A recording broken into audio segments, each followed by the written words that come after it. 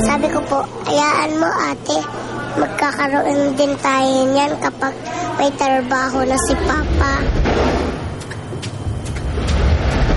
Ikinatutuwa ng lahat ng kasama sa pelikulang Agimat ang kakulitan ng child wonder na si Riza May Dizon. Maging si Senator Bong, puring-puri ang child wonder. Parang talaga siyang manikang desusi. Yung pag pinaarte mo, aarte, keso inaantok na siya or pagod galing sa mga puyatan na ganap niya pa sa buhay. Pag-arte, aarte. At mahilig din po punchline kasi nga nagsisimula sa Itbulaga. So, ikaw mismo nahuhulog ka sa upuan sa mga punchline ng bagets. Nakakaaliw. Nakakatuwa yung bata. Sabi ko nga, nung napanood ko yung acting niya, pati yung galaw niya, natural.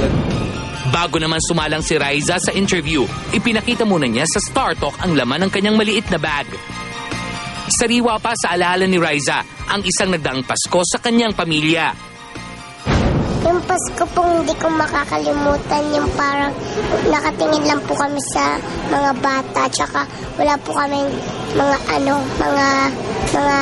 bagong damit at tsaka bagong sapatos po. Sabi ko po kay Mama, Mama, kailan po ba kayo may magkakaroon ng ganyan? Katulad sa mga bata. Sabi ko po, hayaan mo ate, magkakaroon din tayo niyan kapag may trabaho na si Papa. Ay, doon na siya mag-Noche Buena sa amin. Yun lang pala ang problema niya. Pero dahil kumikita na siya raw mismo ang bibili ng mga gamit para sa kanyang pamilya.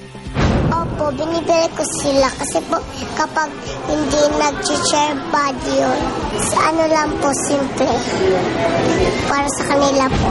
Spaghetti po, tsaka pansit at tsaka adobo. Tsaka po gulay.